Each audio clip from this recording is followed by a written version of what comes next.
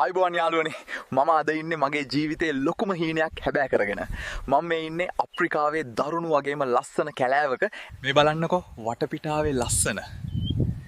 මම මේ රටට ආවේ හරිම ආසාවෙන් මේ පරිසරය අත්විඳින්න.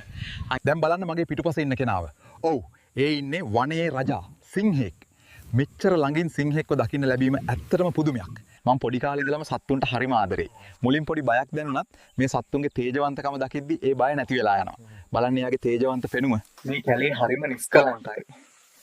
කුරුල්ලන්ගේ සද්දේ, හුළඟේ හඬ මේ හැමදේම හරිම අපූර්වයි. මම හිතන්නේ සත්තුත් එක්ක මේ වගේ පරිසරයක ඉන්න එක තරම් සතුටක් තවත් නැහැ. මේ වගේ අත්දැකීමක් ලබන්න මම ගොඩක් කාලයක ගම් බලාගෙන හිටියා. ඉතින් යාළුවනේ මගේ මේ අත්දැකීම ඔයාලට කොහොමද? මේ වීඩියෝ එකට කැමති නම් ලයික් කරන්න, මාව ෆොලෝ කරන්න, වගේම ඔයාලගේ අදහස් කමෙන්ට් කරන්නත් අමතක කරන්න එපා. තවත් මේ වගේ ලස්සන වීඩියෝ එකකින් හමු වෙමු. ස්තුතියි.